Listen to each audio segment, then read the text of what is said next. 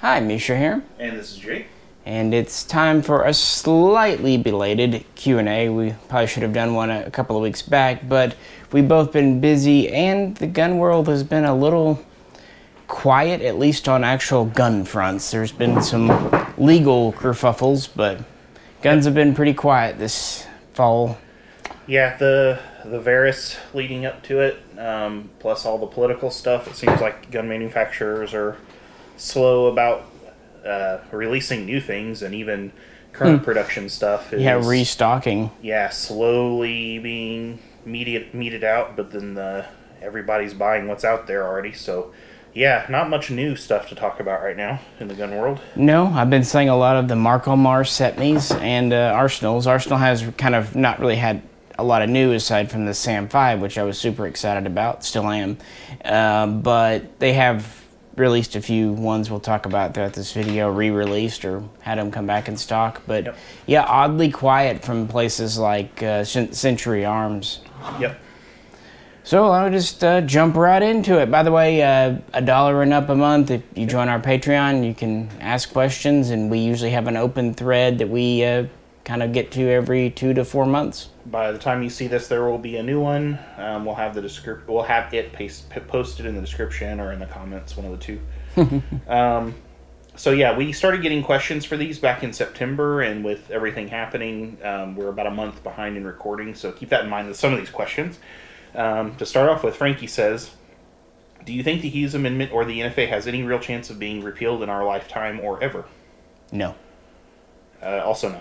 I don't think so. That's just not how it works, and the PR, the media spin on it would be horrific for politicians. Mm-hmm. It's just no. Yeah, and it's not a matter of us not wanting it to happen, because obviously we really want it to happen. Yeah, it's. I will also unless something significant in the political landscape happens, like in the next 10 years, I don't think it'll ever happen. Also, keep in mind, the Hughes Amendment closed the machine gun registry. This is true. But it also lifted a lot of prior restrictions from 1968 on ammunition sales, purchase, and all that stuff. So if you were to repeal that, ammunition would actually be harder to get, even though machine guns... One thing I'll finish up on, a lot of people have invested a lot of money in machine guns, and their value is based on the fact that they're pre-banned. If that were to be lifted, you would see, $30,000, $40,000 guns go down to, $2,000 or $3,000 guns. Now, some historical guns would still keep pretty good value, but even they would lose a good chunk. So there's a lot of financial penalties people that have kind of bought over the last nearly 35 years would pay. Cody says, Misha and Jay, you fine gentlemen, I don't know about that. Do you partake in the alcohol? And if so, what's your preferred drink? I know you do, Cody. Don't think I didn't notice. No, yeah, obviously, I'm a fan. If it comes to beer, I like Guinness. If it comes to wine, I like Muscadine, which is grown in my hometown. And for hard liquor, it's hard to just replace good old potato vodka. But although I do like absinthe for a special occasion occasionally. Yeah, I'm not really much of a hard liquor drinker. I generally I'll stick with beer if possible. My favorite beer period is Chimay Red Label. But then I've been drinking Stiegl, which is a what do they call that? Of course, I'm blanking on it immediately. It's a Radler. So they come in a couple different. They're kind of a fruity beer with a low ABV, and then they come in tall boys. Those are really great for summer and for general thirst. So I drink those occasionally. I've been drinking whiskey a fair amount lately as well. So just whiskey on the rocks. Fun fact about alcohol. JDI.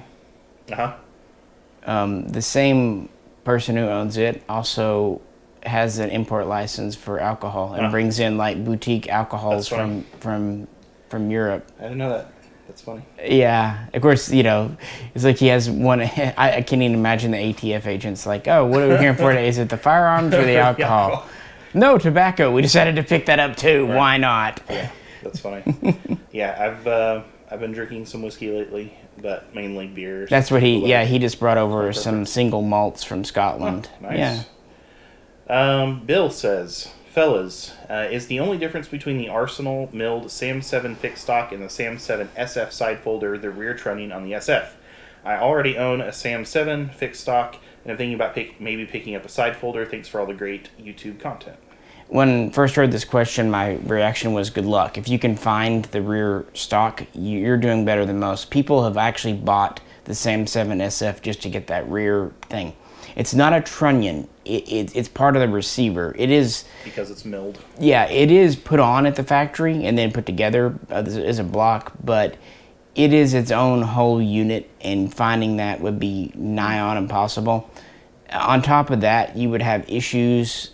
Like, for example, you'd have to put the rear sling swivel, the side swivel in. You'd have to put in the thumb safety, because the SAM 7 SF has the thumb safety. That's not too hard, but you do have to cut on your receiver. In the front, you would have to put on all the spots for the front latch, which would be on the side, on the bottom. You would need a different cleaning rod, not a big deal. You would need a different front sight base, because the SAM 7R, the fixed stock, has 14 millimeter threaded barrel and the bayonet lugs on the gas block. The SAM 7 SF has the bayonet lug on the front sight base, 24 millimeter threads, and then, you know, secondary lug on the gas block, which used to be the bayonet lug. And of course, you would also need a new pistol grip. It would be a huge deal. With the SAM 7 SFs available right now, honestly, with all the gunsmithing and time, you just buy a SAM 7 SF. And if you don't want your R, just sell it. Or just have both. But yeah, it's not effective, and you won't be able to find that rear stock assembly, at least not unless something has drastically changed by the time this video comes out. Zach says, what methods do you guys use for moisture control and corrosion prevention in your gun rooms and safes? Oh, gun rooms. I thought that was going a whole different direction. Thanks for the great channel. I'll let you answer first. Yeah, I use, so for my area, my storage area, I use just a silica-based dehumidifier. It's not one of the cheap little ones that you plug in, like for the gun safes. It's actually a whole room dehumidifier, and it runs on a cycle. So you set your ideal humidity percentage, and then it runs, and then you empty the bucket out. Right now, it's been really wet, so I'm having to empty mine. I've probably emptied 5 gallons just this week. Just keeping it at 55% humidity. But so yeah, that's what I typically use. I think mine is set for like a 1,200 or to even 2,000 square foot area. It's a fairly large dehumidifier, but it's probably overkill, but I'd kind of rather overshoot it than undershoot it on there. Yeah, and I do much the same. I have a couple of machines. One's a little bit larger. It's about 2,000 square feet rated, and the other one's maybe 12 or 15. The big one's kind of the outer gun room, and then the little one's kind of more the in gun room. I went to the little one because, dumping the bucket on the big one gets rather heavy and sloppy, and it's nice to have redundancy.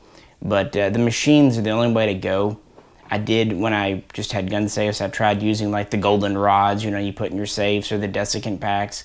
But they're not foolproof, and really the machines, a small one can be had for well under $200, a big one for under $300, and they last, believe it or not, even though they're all made in China now.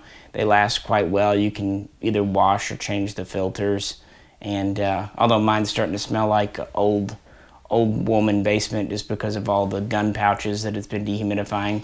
But I would agree, somewhere between 50 and 60% humidity seems to be just about right. But with that, I'll cut over. We'll put a clip in of kind of what we're using, and then we'll come back to the table. Here is the bigger one I have.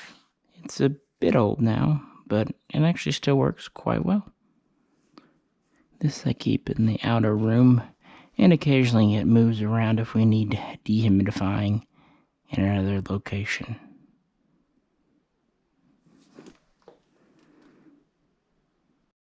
Here is the smaller one I use, but it's for the inner room, inner vault. Like I said, I kind of went to one that had a smaller tank just because hauling out a big bucket gets very cumbersome. With that, let's get back to the table and Jay and your questions. Alrighty, so just thought that'd be helpful. But yeah, I've been using that for years, and they tend to do a lot better on the rust. Yep. All right. Blake says, "Hey guys, I recently sold off about 5 generic ARs because I'd rather have a few military models instead. What are your recommendations for commercially available factory equivalents of the M16A1 and A2? I know I want the FN M16A4, but wasn't sure about the A1 and A2 models. Thanks." Well, for A1, and I brought out my old build here that I've had. Now, I still think a build is your best bet. Now, mine, the reason it's black, that's how it came. This is one of the old National Guard uppers that were traded in about 20 years ago, so original barrel and all that. And so you have the right upper with the pencil barrel, the correct markings. And then you have lowers like Nodak or Brownells. Definitely, if you're going to do it, if you're going to do an A1, get an A1 lower. It's a small thing, but it really brings it together.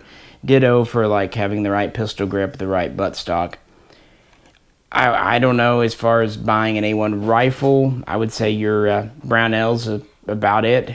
A2s are probably even harder because very few companies, if any, are doing carry handle A2 forgings now. They're just either doing, there's a few retro A1 styles without the deflector, but if you want an A2 style with the deflector, forward assist with the A2 rear sights, that's getting kind of hard to do.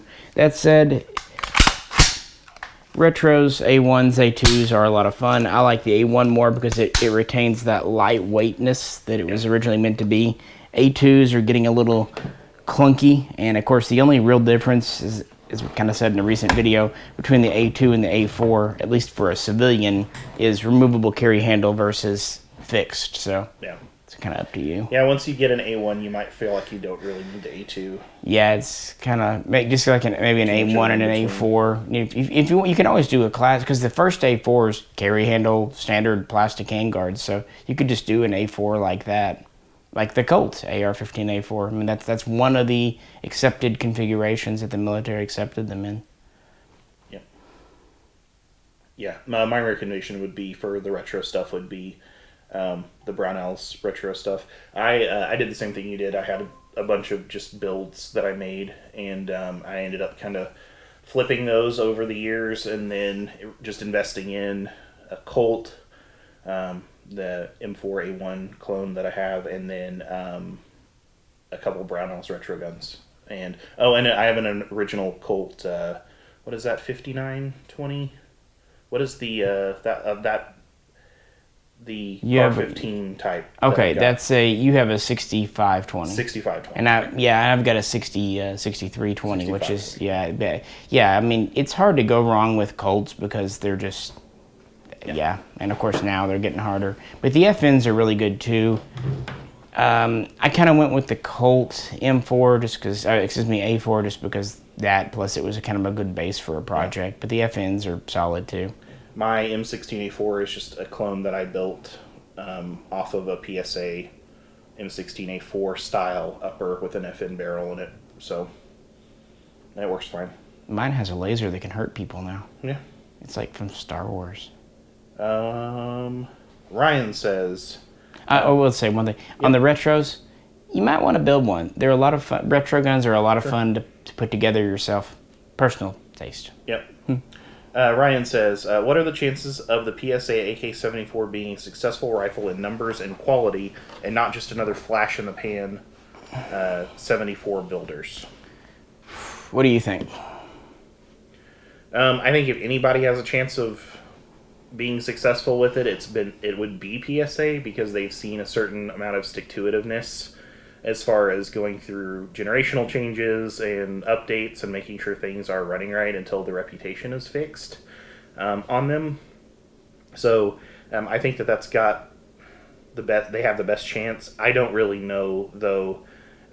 We've seen the AK-74 market come and go before, which we've said many times. Mm-hmm.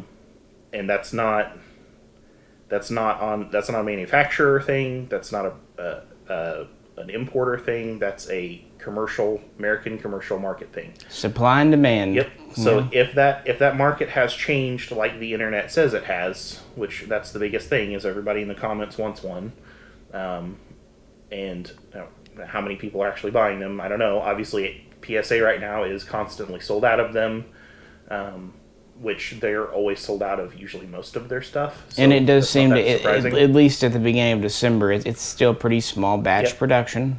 So we'll see. I mean, we'll see. It's just going to depend on people actually buying it or not. I think it also depends on the availability of the ammo. I mean, one thing that made the market take a dip was when 7 and 6 was banned. That kind of got conflated to 5.45 has been banned from import, which isn't true. And in fact, the 7 and 6 supply had already been drying up before the ban. According to Russia, we pretty much got the bulk of their leftover stocks, and what they kept was the more modern stuff. I think it's 7 and 13 or 7 and 14. Yep. But they sold us all this stuff they didn't want from the 80s. So it's kind of hard to say how much is coming in, but still, 5.45 is dramatically dependent on importation. I know there's talk about U.S. companies making it here, and that's great, and they probably would if imports were shut off.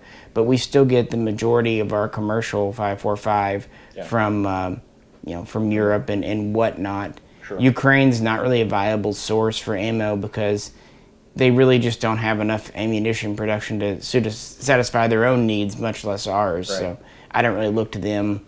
Romania is a decent source. And, of course, there's Russia. And that's pretty much where 5.45 is coming from. Yep. And I've heard a lot more talk about 5.56 ever since the whole COVID thing. Before COVID became real, 5.45 was kind of what people were talking about, but it seems like now there's a lot more talk, especially on the manufacturer side, about 5.56. So I don't know. I've heard that 5.45 is easier to get than 5.56 right now for a reasonable price. But it also has to mean, is it easier to get because it's easier to get, or because people aren't buying it as much? Yes, that's because if people were buying it to the quantities that they were buying 5.56, then it would also not be easy to get. So sometimes, and that's not to say you shouldn't buy it, but I think a lot of people too that have 5.45 guns, at least for a long time, have already kind of stacked it deep. Yeah, because we've anticipated that it would be difficult, that imports would dry up on the ammo and it was cheap. I mean, 10 years ago, it was 10 cents a round. So why would you not buy a few thousand rounds of, a few cases? Yeah. But no, PSA seems to be doing a good job of making an AKM chambered for 5.45. But it's not really a 74, except in the caliber, because they're not going for a strict clone. They're going for AK that fires this bullet. Yeah. Yeah. Which, hey, people... Yeah. And the thing of it is, like you say, flash in the pan, it doesn't seem like a flash in the pan. No, PSA is not a flash in the pan company. And they're not reliant They've been around for years. And they're not reliant on import parts either. So they can just do a run of 500 and then do another run next year, which I think will be what they'll do. They'll probably do one small run. We were just talking about Colts. Colt would just do like one run of 9mm ARs once a year, usually in September. Yeah. And that was enough to meet the demand for, hey, 9mm AR Colt. Right. So that might be how PSA plays it. Just do a run a year, let them sell out, let interest get built up, and then do another run. Yep. Trey says, Misha and Jay, do you guys believe in ghost or the ability for a firearm to be haunted? I see dead people. Well, that's something.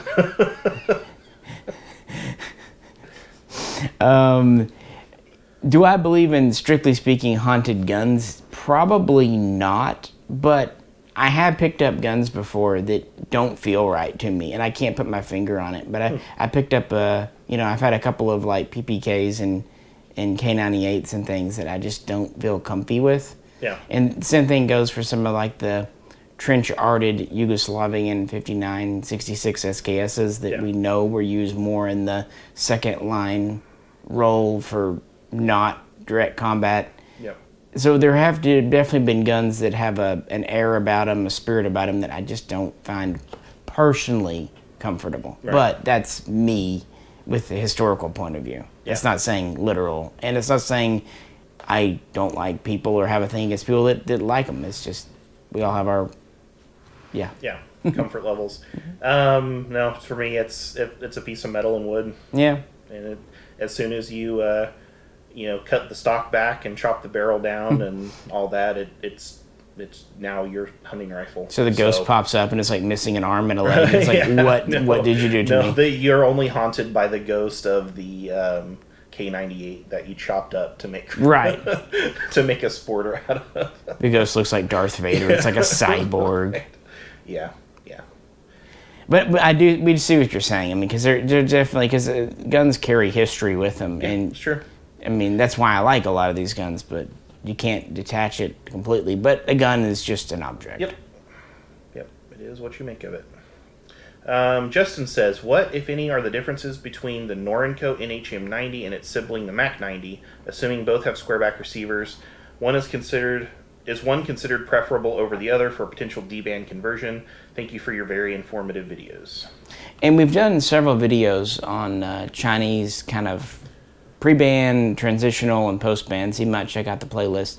Really, no. Of course, the NHM 91 had the longer barrel and whatnot, but the NHM 90 and Mac 90 were pretty much the same gun, maybe made in a different factory, but they were made mostly for different importers, just different names. Kind of like Romac 2 versus Kerr 2 or Wum 2, the early Romanians. The names kind of got shifted around. Yeah. There's also a Mac 91, by the way, so there was a long barrel version in that line, too. Michael says, what is your speculation as to the sell-off of Remington? PSA making the G2 DPMS, H&R M16A1 clones, the resurrection of the Bushmaster ACR, I didn't mispronounce it, that's how he spelled it, a Marlin 60 It's for the bourgeois. / Ruger 1022 box set. And he has another question, but we'll stop there for now. What do you think? I would love for them to see... I would love for PSA, or at least the parent company that owns PSA, pick up and run with Remington and actually try to right-size that company. I think that would be... And again, going back to what I said about PSA before, about them having a certain amount of stick-to-itiveness as far as getting things right, I could definitely see them pushing forward on Remington's old lines. But I don't know, as far as making like clones of retro guns or anything like that, probably not. I think a Bushmaster ACR of some stripe would be interesting. I actually think them resurrecting the Bushmaster with modern updates and stuff would be kind of interesting too. The ACR? Yeah. Yeah, the gun had a lot of potential. You know, we had one years ago and it shot really well. It was fun. Yeah. It just but got left behind somehow. Yeah, and the quality, like the quality control was a little iffy. Some things, it's just it needed a little. It needed a more. It needed a military adoption, and when it didn't get it, yeah, you just kind of. I mean, you even see that with the Scar when it never really got the numbers bought by SOCOM. FN just kind of went eh. Right. But I haven't really been following the Remington sell-off since September when everyone bought it. I don't know. I don't know that 2020 is the right year to begin new ventures. Yeah. I think the first thing I'd like to see come up and running again would be the ammunition side of it. Because we really need that. They picked up ammo. I think that was a different company. Oh, no, not them. No, everyone. I'm just saying whoever picked up UMC, I'd like to see them go. Not specifically PSA. Because, I know that Mossberg picked up, Marlin and some things. But I haven't really looked into it. But I think right now everyone's just kind of... just seeing what's... in a holding pattern. Yeah, it's going to happen because hard to do. Michael also says, comparing the VZ24 and Mauser standard model, which is superior and why? Thank you, gentlemen. Well, that's why I brought them out here. So here's our standard Carabiner 98K. This is just a Russian capture from 1941. 8mm Mauser, standard Mauser bolt system. And here is the Czech VZ24. Fairly similar. It's hard to maneuver here like this. And this actually came out first and directly inspired the K98 in a lot of ways. You can see it has a straight bolt handle. That's a noticeable difference. It also has a full-length upper handguard. Has dual sling swivels versus the German style. Has this one on the wrist that's a little awkward. And yeah, it has an interesting history because FN kind of started this pattern, which got carried over to Bruno and the Czechs. Yeah, it's a nice story. But yeah, this being chambered for 8mm too, it was a very successful Mauser for the interwar period and really inspired a lot. As far as the quality, I think a lot of people will say because these were mostly made pre-war, it's higher quality. Probably the biggest attraction is just having a straight bolt handle, but on the other hand, there are some advantages to that. And frankly, that sounds like a great topic for its own video, and we've done several videos comparing Czech guns, mostly to Russians from the Cold War. But yeah, we featured this in a few, and probably a good topic for another video. But they are extremely similar to each other. And of course, the VZ24 was produced for the Germans as the Gewehr 24T as well. All right, we're going to take a break real quick. Be right back.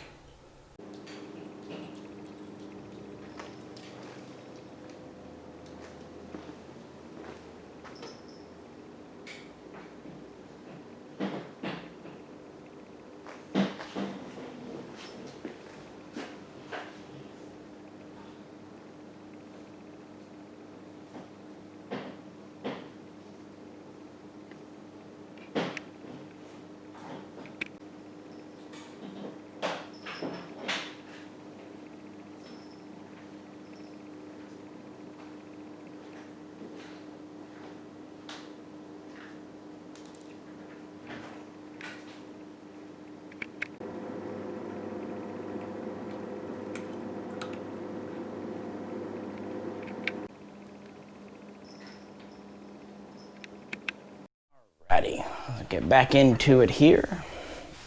Okay.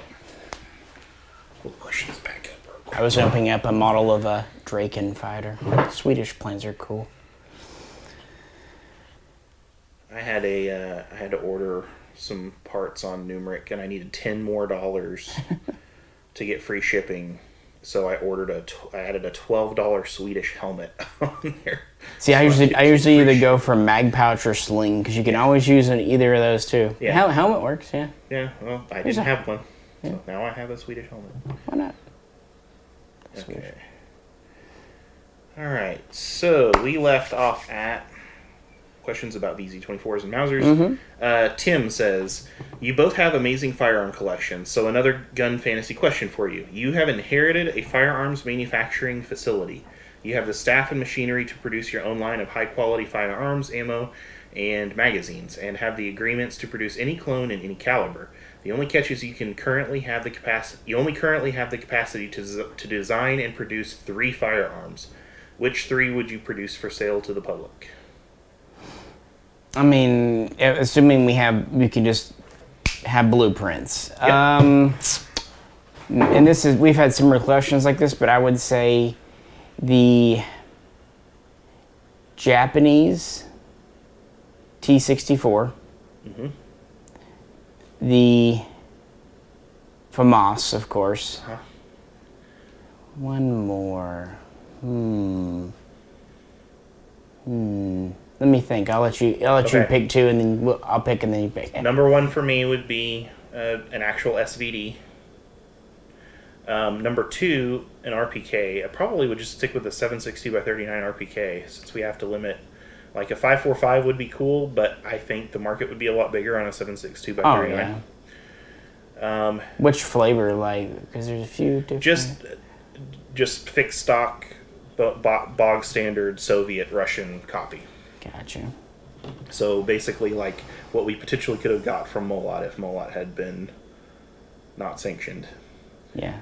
And then my third one, I'm gonna go off the wall on this. I'm gonna go with the first thing that popped into my head, which is a. Again, I don't know how popular it would be. and I'm double checking the name of it right now, even though you'll know immediately. Go ahead with your third if you thought one. I'm gonna have to say, and this is a little silly, but a Seiko RK95 TP, Sure. which they did a semi-auto as the M92S, but I really love Finnish guns. Although I was just talking about Swedish, it's really tough. I'd almost have to give it a tie because they're in the same region. A Swedish AK5, which is their FNC. Oh, that would be cool. So Yeah. one of those two. So something from the north there. Something about the Arctic guns are just neat. Yeah, I don't know why this popped into my head as my number 3. This is a weird. But I was thinking of a Vis 35, like a new production, well-made Vis 35. Yeah, and the modern FB Radom has done a few commemorative runs of those. So yeah. So something like that, where those were commonly available in the U.S., would be kind of cool. Mm-hmm. So, yeah. And I think Kalashnikov USA has shown if you follow prints, it's okay. Yeah. I mean, we like imports, but if you're going to do it, if you can't get an import, an authentically made copy or clone. Right. Again, even talking about like the Brownells Retros, if you do it right, it's really cool. Yeah. Connor says, who is your favorite 40K faction? He's talking about Warhammer 40K. Misha, since you cannot see, do you listen to the lore? I wouldn't let you answer that one first. I know nothing about Warhammer 40K, but if you want to talk to me about, say, Dune or Star Trek, then I can talk. Or Battlestar Galactica. Those are more my flavors. I am a big Warhammer 40K fan. So much so that YouTube get mad at us once over it. I had an Adeptus Mechanicus logo on my, which is a skull, for those of you who don't know, on my headset in one of our videos, and it got flagged and removed from YouTube for violent content.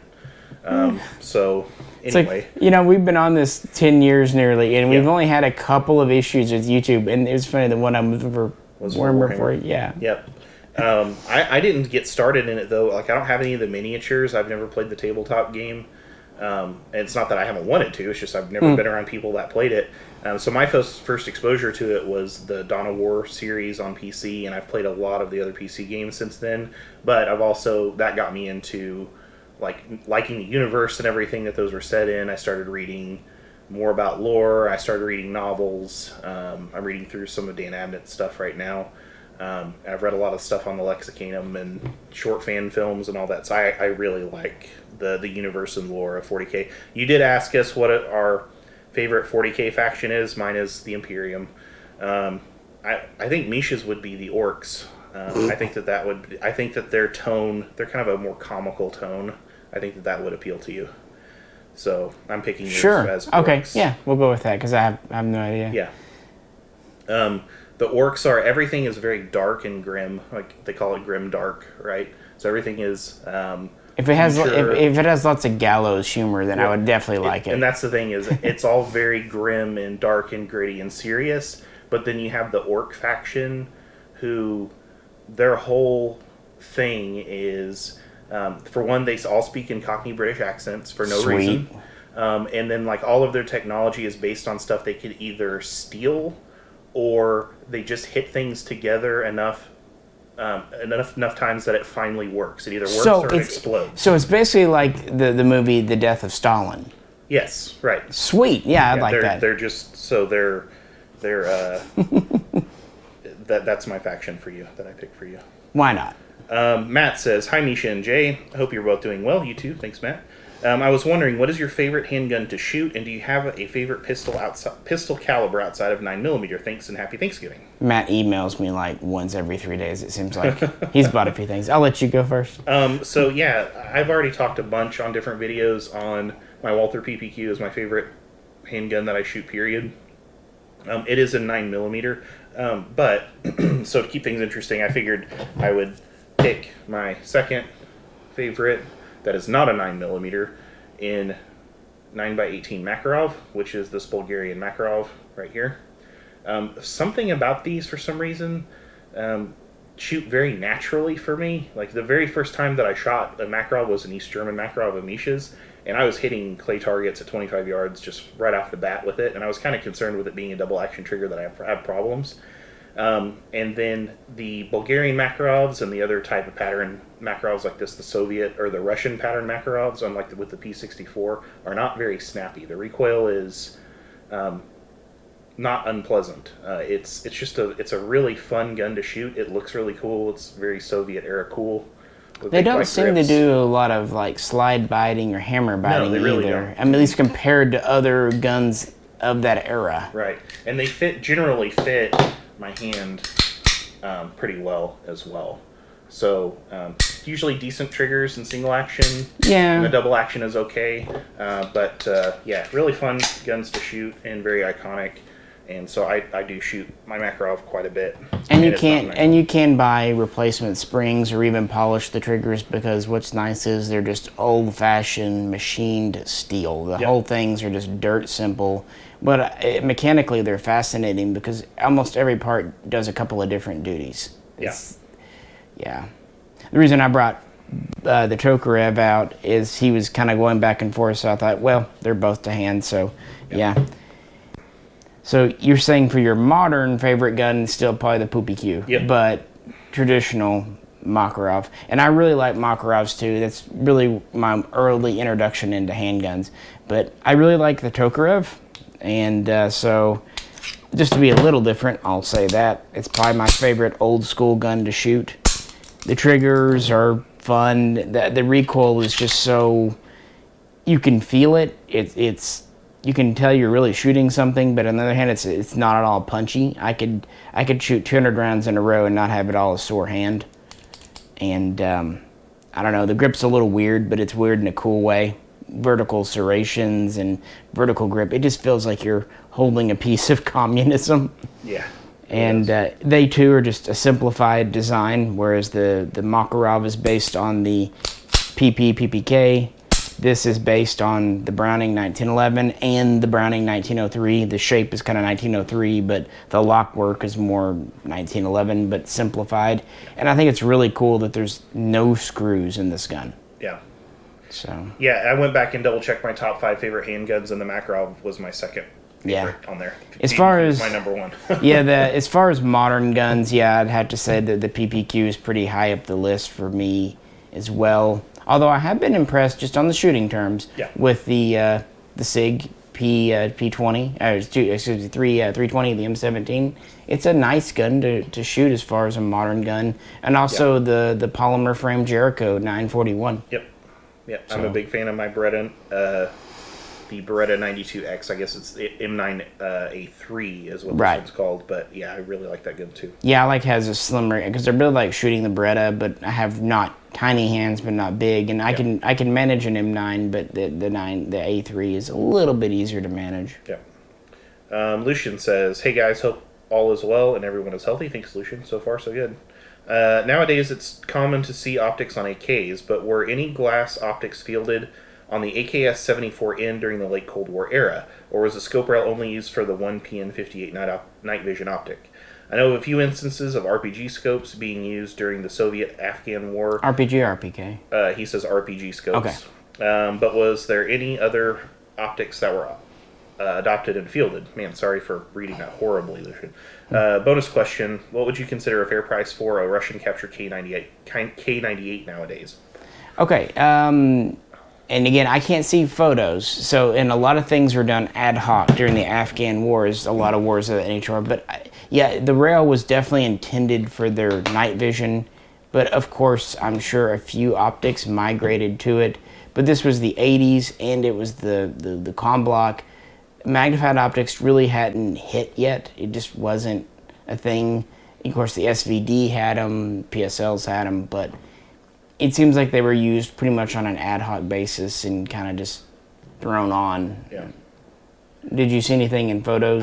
I didn't see anything. It sounded like there might have been some theories or some guesswork that it was possible, but nothing concrete that I could find. Yeah, I mean, if you're going to do a clone, I mean, put whatever you want on it, but I wouldn't say there's like, this is the model that had an optic officially. It doesn't seem to be a thing. But that's something that was period correct for that time would probably be as good of a guess as anything else. Yeah. More than likely.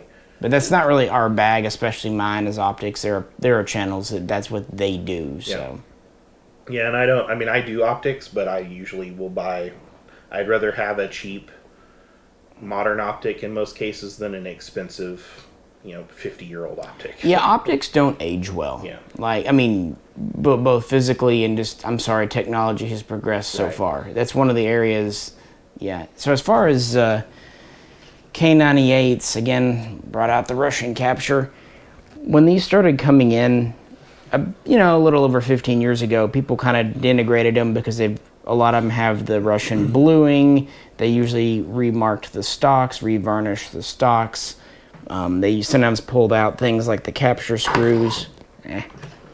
And they took off the sight hoods and took out the cleaning rods for some reason. There's a few theories as to why. But mostly because they were available and relatively cheap. People didn't really... But I figured even then they would not only become collectible on what they were, because it's kind of neat that this is a piece of Cold War history, but these guns are legitimate. They were picked up from the battlefield in Russia and put into storage. So they were legit as far as that goes, plus some added history. They're German. And aside from a refinish, rework job, which honestly most World War II guns got, Enfields, M1 Grands. Yeah, so I always thought they were undervalued.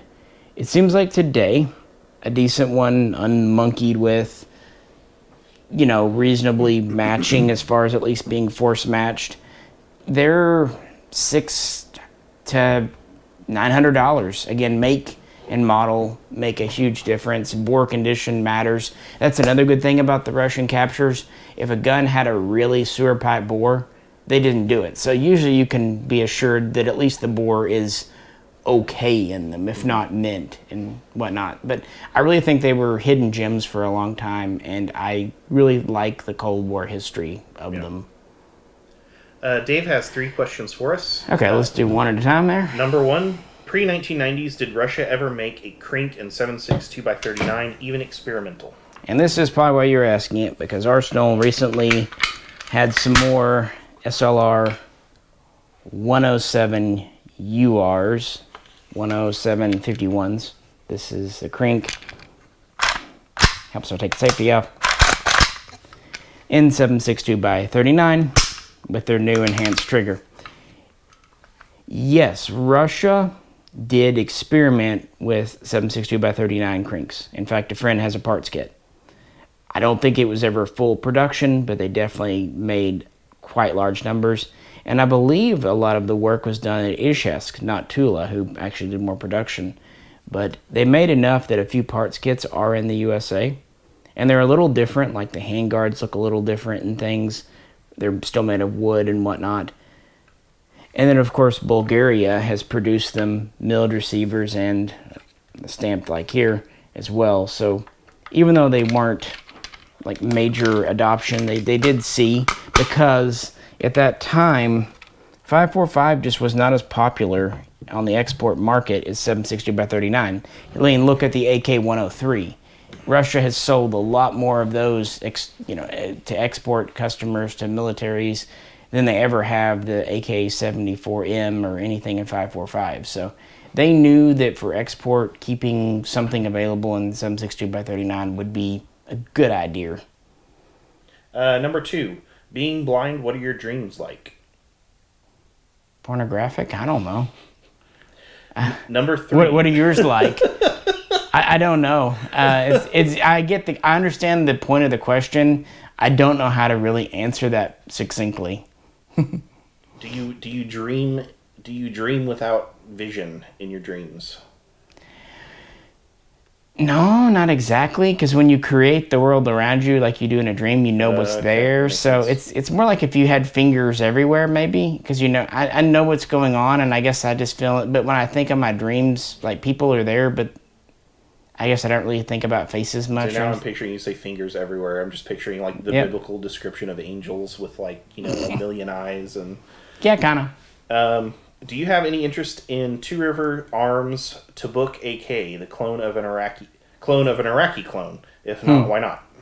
On a personal level, not really. I don't really collect Iraqi guns, but a friend really liked Tabuks, and I helped him kind of put one together. I understand they're neat. It's basically a modified Yugoslavian M70 or M72, long barrel version. I perfectly understand why people want them, especially those who served in the Iraq War because they were out there, and it's a neat version. But I just never really got into Iraqi guns, and it's never been a personal interest. But more in a general sense, I think they're cool. And I know Two Rivers does a really bang-up job. Yeah. So we've got 6 questions left, and we're at 18 minutes on the clock. Do you want to take a break now? Yeah, let's do that. Shut the camera off. Be right back. Get a drink of water. During intermission, I thought I would show you the Saab Draken J35 that came in literally while Jay and I were doing the Q&A, answering your questions. You know Jay likes swords and knives. That's his hobby. One of mine are scale models, namely 1/72 scale diecast. And this is one from a company called Aviation 72. And I bought it from a place I buy from quite frequently called Aikens Airplanes. And the reason I picked it up just now was because it was the last one they had in stock and everywhere was sold out. This is the metal scheme, the kind of natural metal, which was what the original aircraft in the 60s had before they went to the gray camo or the Fields and Metal splinter camo. I just thought I'd show you. It's one of my hobbies over on my personal channel. I do model videos almost every day, and on this here main channel, once in a blue moon, I'll put up a model video. So if this is something that is of interest to you, you might check out my personal channel over at Misha. And with that, I think we're rested up again, and we'll get back to the Q&A. And we're back. It's kind of a dreary day outside, guys. Kind of cool and misty and gray. So make a good table talk day. So who's next? Alrighty, so we have...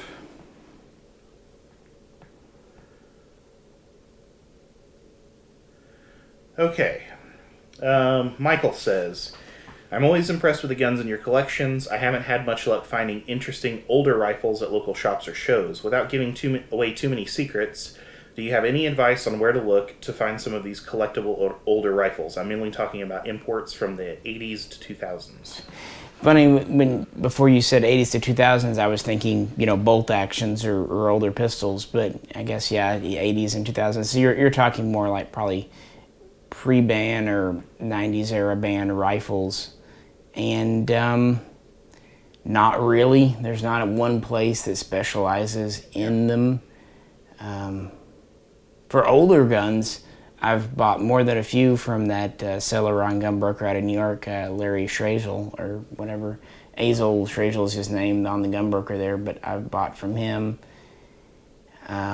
Mostly they just come around, just different little odds and ends, stuff gets traded in. Because by definition, they're not coming in anymore, and so they're kind of scattered to the four winds. Yep. Yeah, Gunbroker.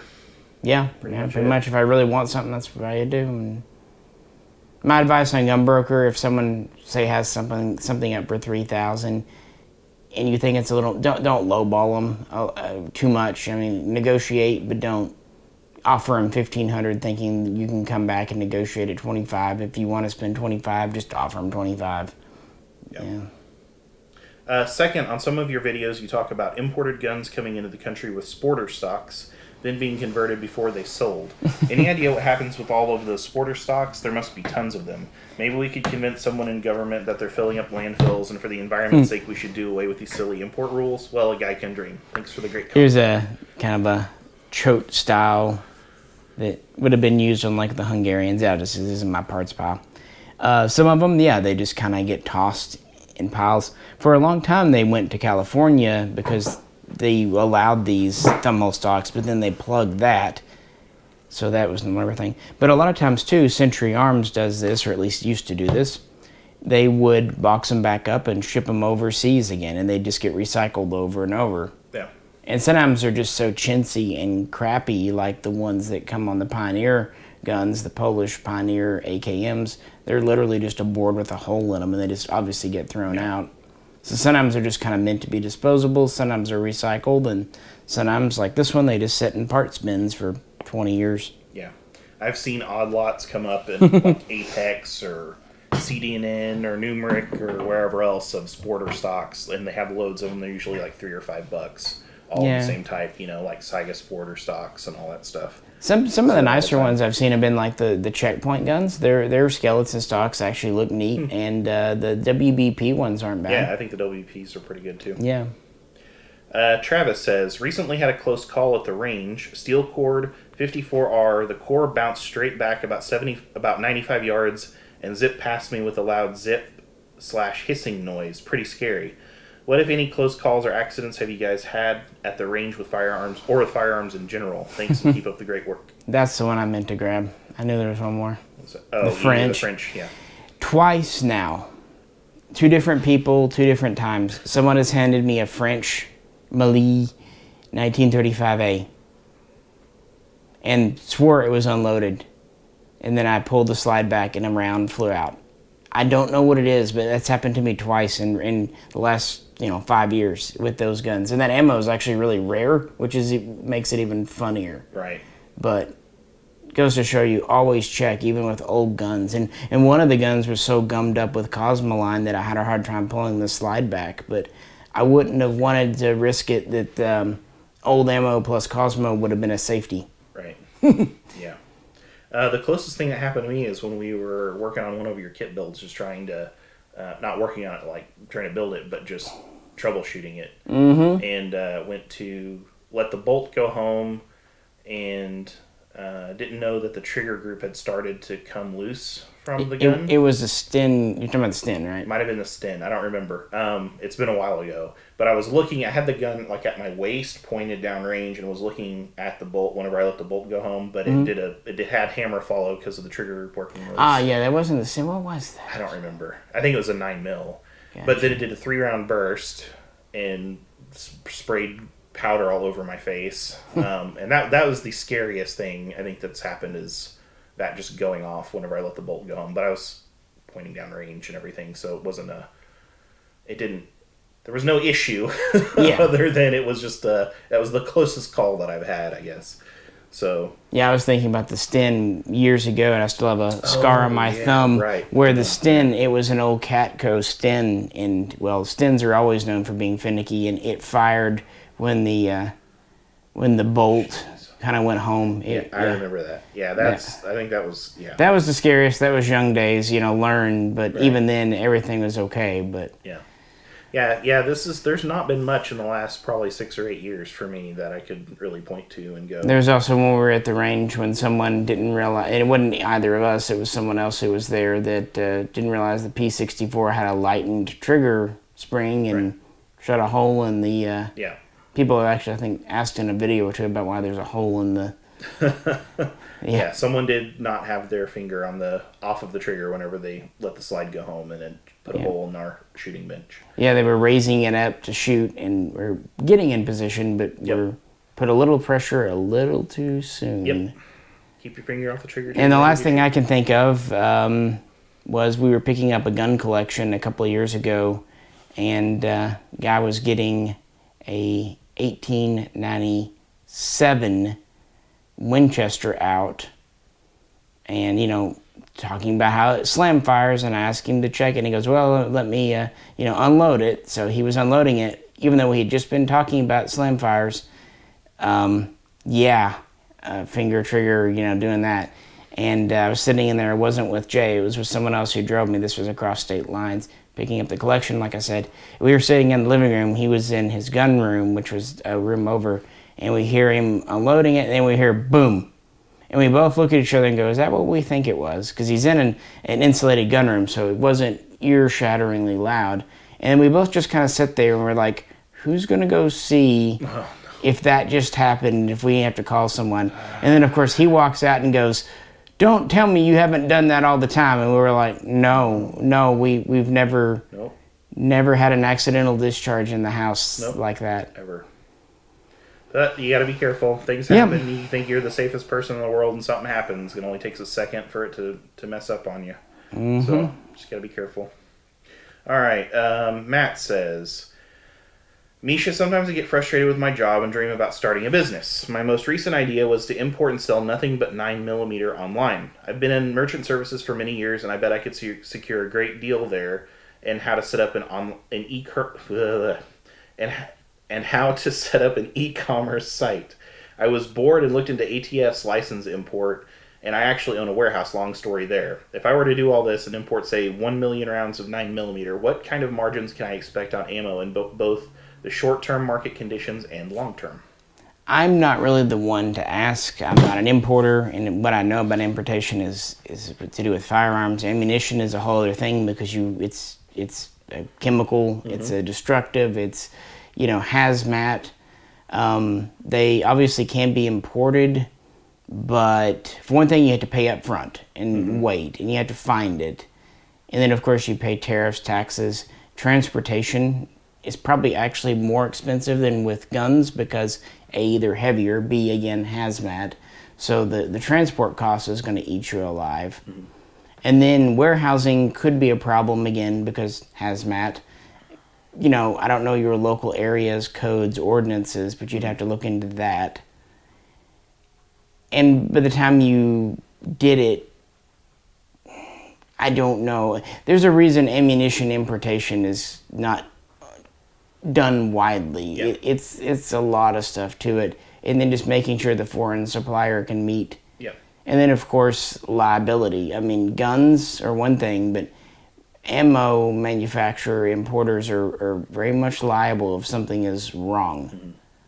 They may win in court, but yeah. So I used to work for an ammo importer, and that's about as much as I can say about it.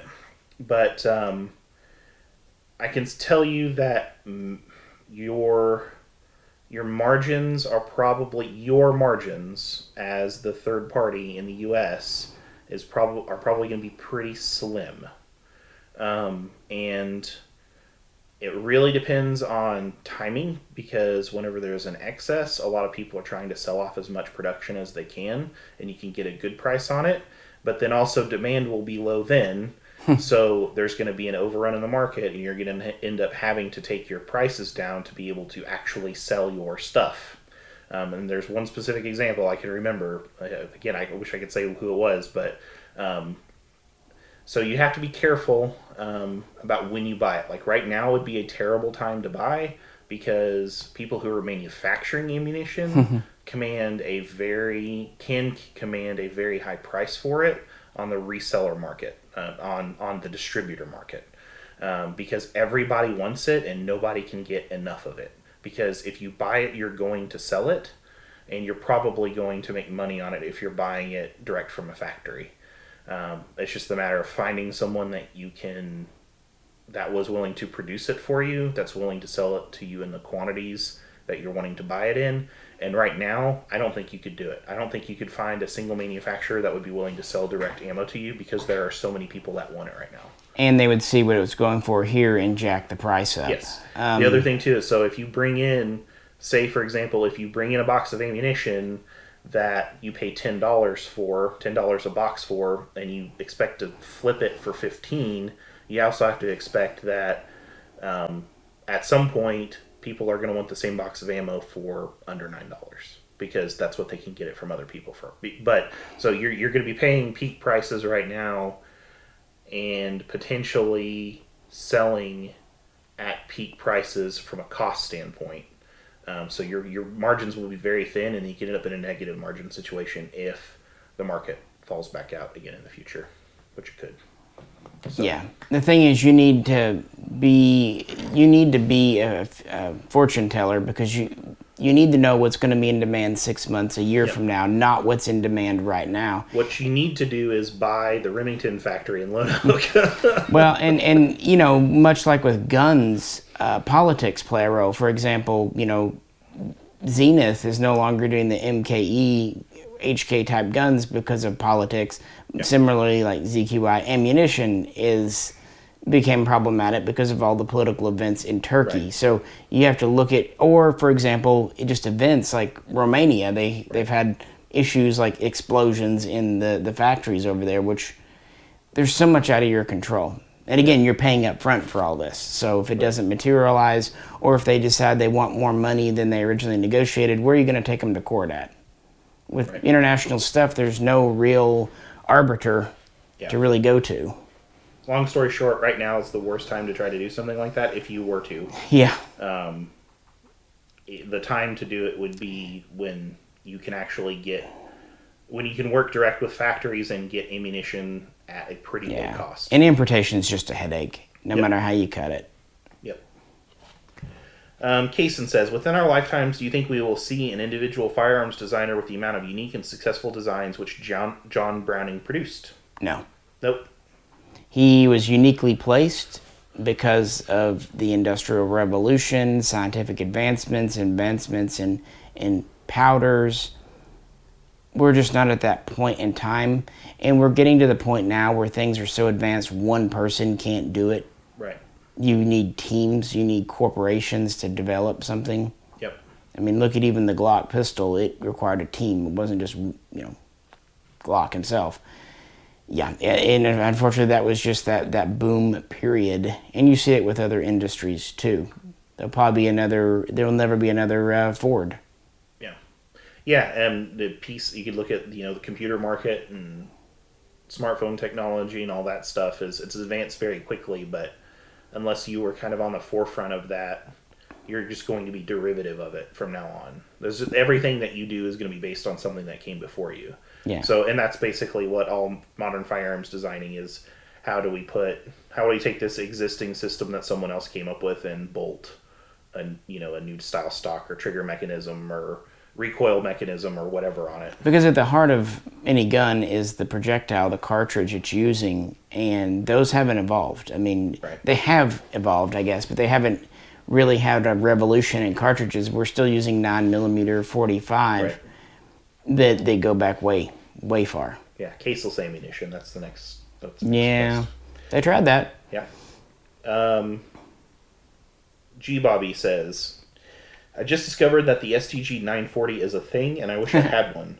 Have you guys ever laid hands on an IO Inc. STG 2003C? If so, do you think they're a worthwhile investment considering how rare they are and how expensive AKs are right now? If not, do you foresee getting one if the opportunity arises? You guys rock, keep it up.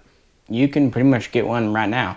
All those were Romanian Kruger guns, like the M plus M M10 or the NH10, the whatever, basically with the gas block combo thing set up. It was a little different, but that's basically it. And then they just put furniture, I think it was US made, might have been Chinese, on it that looked like the German furniture, but it was pretty chintzy furniture. The gun underneath was typical Romanian, but it was basically that mated with some pretty chintzy furniture. So, yeah, and I believe the STG 940 was originally mostly meant to be in 5.56, whereas the 2000C was 7.62 by 39, because that's where the Uyghur mags come from, is that whole project. So those were just another IO product, the 2000Cs, and basically it was just kind of like a Romanian paratrooper gun with German-esque furniture put on it. Yeah, that's it. That's it for questions today. Well, like I said, there hasn't been a whole lot going on. There are a lot of ongoing things in the gun world, like, for example, the arm brace thing, which they seem to have walked back on a bit. But I think as long as we're vigilant there, that'll be okay because of the kind of common use thing and how many there are, but it's something to keep an eye on. Importations were problematic for a couple of months. They weren't really doing permits. They just weren't approving them. Not the guns, but like the Form 6s. But that started to move again. We're starting to see imports coming now. So hopefully that keeps up. And of course the latest thing are the 80% thing that the ATF's going after. And just read about that today myself. Yeah, that's only happened this week. I don't know where that's going to end. Yep. It's kind of always wondering how far the 80% thing could be taken, especially now that they're selling those basically buy it and build it type kits where everything's in one box. Mm-hmm. I could definitely see them, the ATF, making an argument for constructive intent when the jigs and everything are there to finish out the lower, but we'll have to see where that goes. Who knows?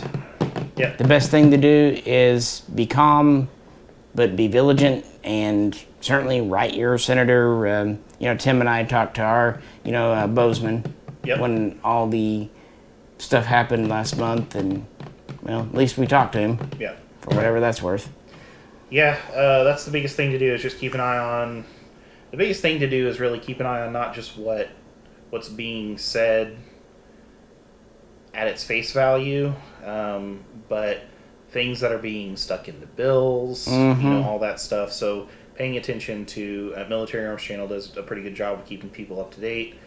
Personally, I recommend signing up for like the Gun Owners of America, Second Amendment Foundation, those places that will send out alerts of different things that are being done that don't really get any type of press, that are pretty sneaky. So in order to kind of keep abreast of that and be able to be the squeaky wheel when it needs to be. And keep in mind that, letters from the ATF have different grades. Sometimes there's just an opinion of one agent. Sometimes it's from the criminal side. Sometimes it's from the tech branch side. No. It's not as cut and dry. So on the one hand, don't panic if you see something in the upcoming weeks. Yep. But on the other hand, don't just dismiss it. Look into it for yourself. Yep. Because who knows? Yep. Yeah, we are going to keep talking about guns and keep shooting when we can. Yeah. As ammo allows. Yeah, that's why we decided we're waiting on a couple of guns. The 5.52s should be in by the time this video's up, and so we'll probably have that for the next range trip. We've got the BRN 180, which is neat, but wasn't quite worth making a whole trip for. Right. A couple of pistols, things like that. Yep. But yeah, it seems like a good day to catch up on the Q&A since we're into December, and we'll do another one probably late winter. Yep. And again, if you'd like to ask questions, $1 and up, and you can ask them, and we'll leave a thread open. $5 and up, you can request videos and ask questions. $10 and up, you can get immediate contact and ask questions, things like that. So we greatly appreciate it, guys. Yep. Hope everyone is staying safe and healthy, and we will catch you very soon. And as always, if you could, like, share, and subscribe. This is Misha. This is Jay. And we'll catch you very soon next time. Bye, y'all. This is a post-credits scene. I just wanted to show you the gun in question, the culprit here in the French Lee 1935. This is the S, and this was one of the two that was handed to me, purportedly unloaded, and it was not. In fact, it had a full magazine plus one in the chamber, and these do fire a very uncommon cartridge, 7.65 long, which is quite hard to get.